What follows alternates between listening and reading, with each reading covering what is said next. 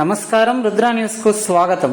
Bharatiya Janata party ఎన్నికల ప్రచారంలో భాగంగా అక్కన్నపేటలోని చౌడు తండా, బొదరగు మంజునాయక్ తండాల పరిధిలోని కేంద్ర ప్రభుత్వం ప్రతిష్టాత్మకంగా నిర్వహిస్తున్న ఉపాధి హామీ పథకం కూలీలను కలిసి కేంద్రంలో ప్రస్తుత ప్రధానమంత్రి నరేంద్ర మోదీని మూడవసారి ప్రధానమంత్రిగా మనందరి ఆకాంక్షతో గెలిపించుకుందామని కరీంనగర్ పార్లమెంట్ ఎంపీ అభ్యర్థిగా బండి సంజయ్ కుమార్ని అత్యధిక మెజార్టీతో గెలిపించుకుందామని ఓటర్లను కోరారు. నరేంద్ర మోడీ ప్రవేశపెడుతున్న అనేక సంక్షేమ పథకాలను, అభివృద్ధిని ప్రజలకు వివరిస్తూ మన గ్రామాల అభివృద్ధికి ప్రధాన కేంద్రంగా ఉన్న గ్రామ పంచాయతీలకు కేంద్ర ప్రభుత్వం ఇస్తున్న నిధులు సుమారు 70% ఉంటుందని, గ్రామ పంచాయతీల అభివృద్ధిలో ప్రధానమంత్రి నరేంద్ర మోదీ చేస్తున్న సేవలను ప్రజలకు వివరించారు. ప్రస్తుతం అధికారంలో ఉన్న కాంగ్రెస్ పార్టీ 6 గ్యారంటీలతో, అమలు కాని హామీలతో ప్రజలను మోసం చేసి గద్దెనెక్కిందని అన్నారు.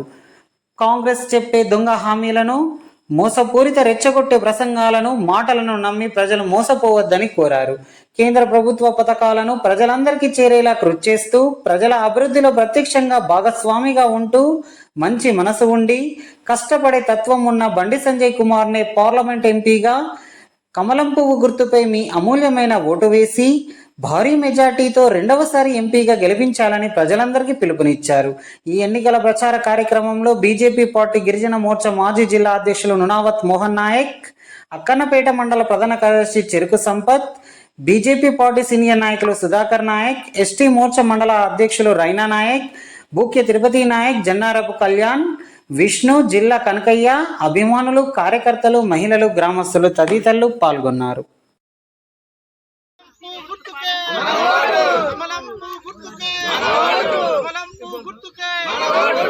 జై శ్రీరామ్.